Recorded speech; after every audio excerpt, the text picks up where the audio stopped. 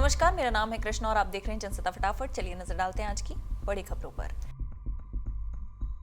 Artificial intelligence की दुनिया में कई देश इस समय लगातार आविष्कार कर रेस में आगे निकलने की कोशिश कर रहे हैं। जब से चीन ने डिपसिक लॉन्च किया है, पूरी दुनिया में हड़कंप है। सबसे ज्यादा परेशान अमेरिका है, क्योंकि चीन ने आधे रेट में उससे बेहतर तकनीक सामने रख दी है। लेकिन अब इसी एआई की रेस में भारत पिछड़ना नहीं चाहता है। ऐसे में एक बड़े प्लान पर अभी से काम शुरू कर दिया गया है। माना जा रहा है कि 10 महीने के अंदर में कुछ बड़ा होने वाला है। प्रधानमंत्री नरेंद्र मोदी आज नई दिल्ली के भारत मंडपम में सोल लीडरशिप कॉन्क्लेव के पहले संस्करण का उद्घाटन करेंगे। भूटान के प्रधानमंत्री सेरिंग तोब्गे भी इस कार्यक्रम में भाग लेंगे। प्रधानमंत्री मोदी ने एक्स पर इसको लेकर अपनी बात रखी। प्रधानमंत्री नरेंद्र मोदी ने कहा कि मैं 21 फरवरी को सुबह 10:30 बजे भारत मंडपम में सोल लीडरशिप कॉन्क्लेव का उद्घाटन करूंगा। ये बेहद खुशी की बात है कि मेरे मित्र भूटान के प्रधानमंत्री श्री सेरिंग तोब्गे अपनी उपस्थिति से कॉन्क्लेव की शोभा बढ़ाएंगे। बसपा प्रमुख मायावती के बयान पर उत्तर प्रदेश सरकार में मंत्री ओपी राजभर ने कहा, कांग्रेस और सपा दोनों भाजपा की बी टीम है। समय समय पर दोनों भाजपा की मदद करते हैं। दिल्ली में कांग्रेस ने मदद किया और लोकसभा चुनाव में जब कांग्रेस ने प्रयास किया कि बीएसपी साथ आ जाए, तब सपा ने विरोध किया था। आज राहुल गांधी कह रहे हैं कि अगर बीएसपी आई होती तो लड़ाई की दिशा दूसरी होती। अमेरिकी राष्ट्रपति डोनाल्ड ट्रंप ने भारतीय मूल के काश Patel federal bureau of investigation का नया निर्देशक बनाया है। उनकी नियुक्ति पर सीनेट ने भी अपनी मोहर लगा दी है। काश पटेल की नियुक्ति को अमेरिकी सीनेट ने 51 से 39 के मतों से मंजूरी दी है। राष्ट्रपति डोनाल्ड ट्रंप ने इससे संबंधित दस्तावेज पर हस्ताक्षर कर दिए हैं। इस फैसले का हालांकि डेमोक्रेट ने कड़ा विरोध किया है। उन्होंने पटेल की योग्यता, उनके पुराने बयानों और राष्ट्रपति डोनाल्ड ट्रंप से उनकी नजदीकी पर सवाल उठाए। उनका कहना था कि काश पटेल ट्रंप के इशारों पर काम करेंगे और रिपब्लिकन नेता के विरोधियों को निशाना बनाएंगे। काश पटेल ऐसे समय में एफबीआई की कमान संभाल रहे हैं जब एजेंसी विवादों में घिरी हुई है।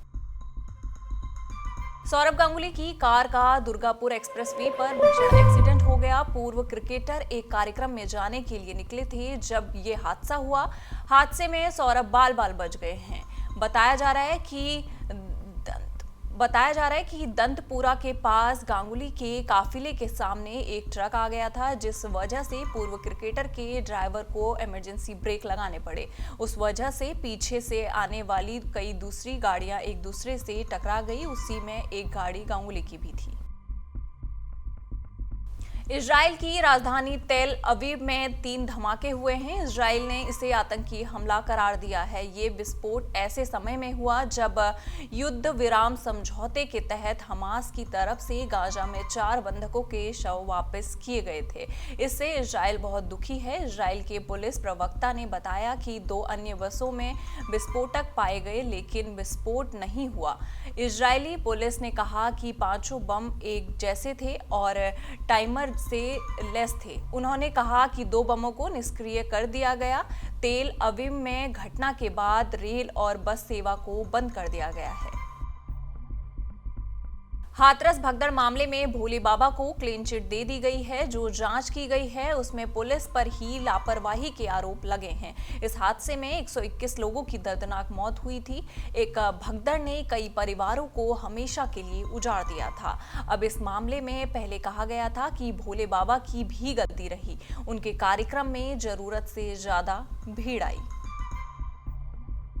प्रयागराज महाकुंभ में शुक्रवार का दिन खास रहेगा। आज देश विदेश के कई बड़े राजनेता, मंत्री और विशिष्ट लोग त्रिवेणी संगम पर पवित्र स्नान के लिए पहुंच रहे हैं। महाकुंभ का समापन होने में अब बहुत कम दिन बचने से संगम तट पर श्रद्धालुओं की भारी भीड़ उमड़ रही है। इससे सुरक्षा व्यवस्था को बेहद कड़ा कर दिया गया है। प्रशासन ने श्रद्धालुओं से अपील की है कि वो भीड़ भाड़ वाले घाटों से बचें और पास के घाटों पर ही स्नान करें। 2023 के 11 महीने के दौरान 1 करोड़ 50 लाख से अधिक यात्रियों ने स्नान किया। इसमें 1 करोड़ 60 लाख से अधिक यात्रियों ने पवित्र स्नान किया। 1 करोड़ 60 लाख से अधिक यात्रियों ने पवित्र स्नान किया। विकी कौशल की फिल्म छावा साल 2025 की पहली हिट फिल्म साबित हो गई है। फिल्म 14 फरवरी को थिएटर में रिलीज हुई थी और एक हफ्ते में ही इसने अजय देवगन की सिंघम अगेन का रिकॉर्ड तोड़ दिया है।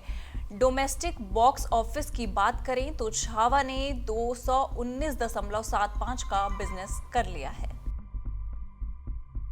रणबीर अलाहाबादिया, समय रैना, आशीष चंचलानी और Apoorva Makhija India's got talent के एक एपिसोड की वजह से विवादों में घिर गए थे। तीनों पर कई एफआईआर दर्ज की गई थी, जिसके बाद पुलिस ने सभी को पूछताछ के लिए बुलाया। अपूर्वा मखीजा और आशीष चंचलानी ने जहां अपना बयान दर्ज करा दिया है, वहीं रणबीर अलाहाबादिया और समय रैना को 2 बार समन मिलने के बाद भी पुलिस के पास नहीं पहुंचे हैं। समय रैना देश से बाहर हैं और उन्होंने समय मांगा है। दूसरी तरफ रणबीर ने पुलिस से घर पर आकर बयान दर्ज करने को कहा था, मगर पुलिस ने उनकी बात नहीं मानी।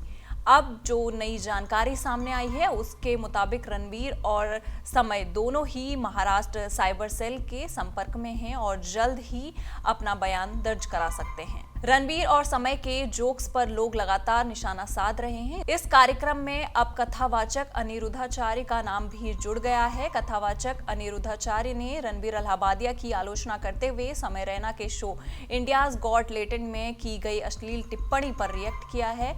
अनिरुद्धाचार्य रणबीर अलाहाबादिया को नालायक भी कहते हैं और कहा है कि रणबीर ने अपने माता पिता के लिए गलत शब्दों का इस्तेमाल किया है।